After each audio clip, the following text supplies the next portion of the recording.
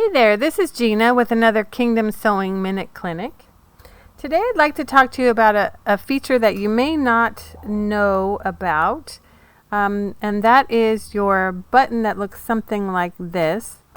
This is our reinforcement key, or Janome calls it an auto lock button, and Viking calls it a fix stitch. This will give us a few stitches in one spot to tie off our seam rather than doing a reverse back and forth when we're finished or at the beginning of our seams. So let me show you quickly how that works, and we'll get in here a little closer. Today I'm working on the Baby Lock Presto. So this is similar on most machines. So you'll see if we sew a little bit, when we get to the end I'll touch that button and it does a few stitches in place to tie a knot, and then our seam is done. So let me back up here a little bit so you can see what I'm doing here with the button.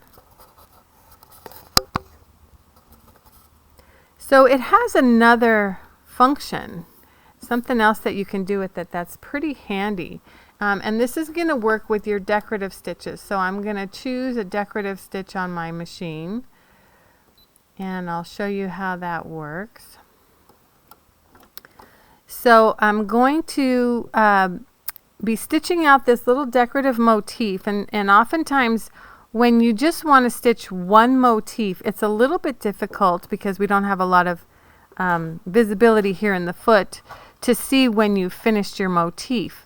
And so when we use this button, it can tell the machine that we want to stitch one complete motif and stop, so that you don't have to be able to see it in there. So let me show you how that works.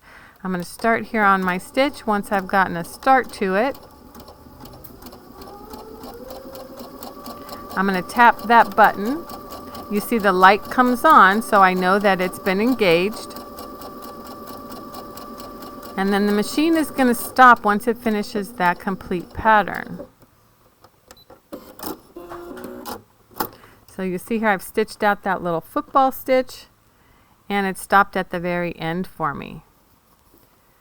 So you can also use it if you are doing multiples, but you want to finish up with one last stitch. So let me choose a different stitch here, one that sews out a little faster, and we'll do several.